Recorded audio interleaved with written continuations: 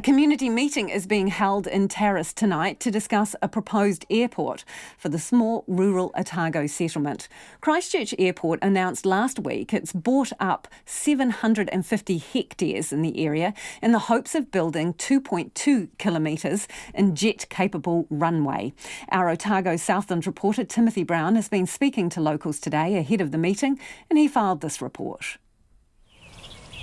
That's the sound of Tarras' main street. About 30 kilometres to Wanaka or Cromwell, it's an idyllic setting. Despite the main street being a state highway with an 80-kilometre speed limit, you can still hear the bird song ringing around the trees, and in the summer it's the hum of insects, not traffic, which stands out. But some locals fear they may lose that.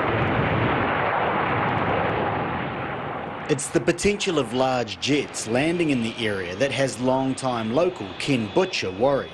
It's going to spoil it. Yeah, it's going to take away the country feeling.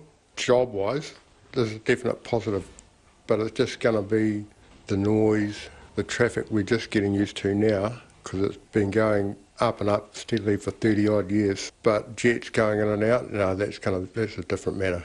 Mr. Butcher, who's lived in the area for 30 years, says he's tried looking on the bright side, but he can only find one positive. When the kids come home, they've just got to walk across the paddock and they're here, so... So that's the positive for you? That's the positive for me, yeah. Samantha Thomas moved to Tarras 4 years ago to get away from city living.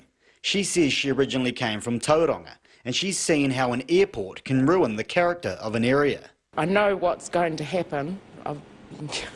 My family has lived through it before, so it's not just, you know, the way rural life, it's, you know, everyone's going to be affected. You know, there's noise pollution, there's pollution from the planes themselves, there's the animals.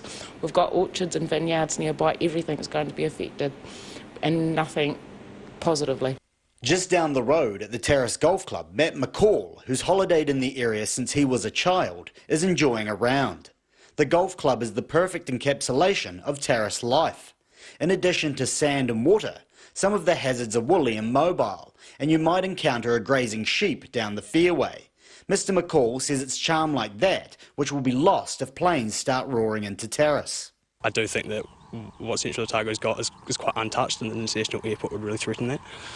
Sure, there's probably an element of nostalgia and that I want it to stay like it was when I was younger, and I appreciate that it's going to grow, and that's that, but I don't think I'd support an airport. But there's no consensus in the town. However, those in support are laying a little lower.